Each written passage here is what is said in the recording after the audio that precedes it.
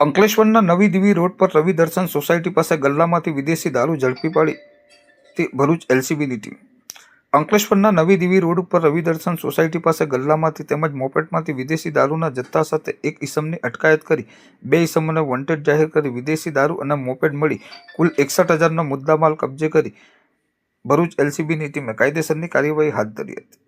Bharuch LCB પોલીસની team Ankleshwar વિસ્તારમાં પેટ્રોલિંગમાં હતી, જે દરમિયાન નવા દીવા ગામનો કિશન મના વસાવા નવી દીવી રોડ ઉપર આવેલ રવિ દર્શન સોસાયટી પાસેના ગલ્લા ઉપર પોતાના માણસને રાખી વિદેશી દારૂનું વેચાણ કરી રહ્યા હોવાની માહિતી મળી હતી. જે માહિતીના આધારે એલસીબી પોલીસે રેડ કરતા ગલ્લા પાછળથી વિદેશી દારૂનો જથ્થો મળી આવ્યો હતો. પોલીસે નજીકમાં પાર્ક કરેલ મોપેડમાં ચેક કરતા તેમાં પણ વિદેશી દારૂનો જથ્થો મળી આવ્યો હતો. પોલીસે જૂના બોરભાઠા બેટના વિજય વસાવાની અટકાયત કરી 11,700નો વિદેશી દારૂ અને 50,000ની કિંમતનું મોપેડ મળી કુલ 61,000નો મુદ્દામાલ કબજે કર્યો હતો. પોલીસે બુટલેગર કિશન વસાવા અને રામુ વસાવાને વોન્ટેડ જાહેર કરી તેઓ વિરુદ્ધ એ ડિવિઝન પોલીસ મથકમાં ફરિયાદ દર્જ કરાવી હતી.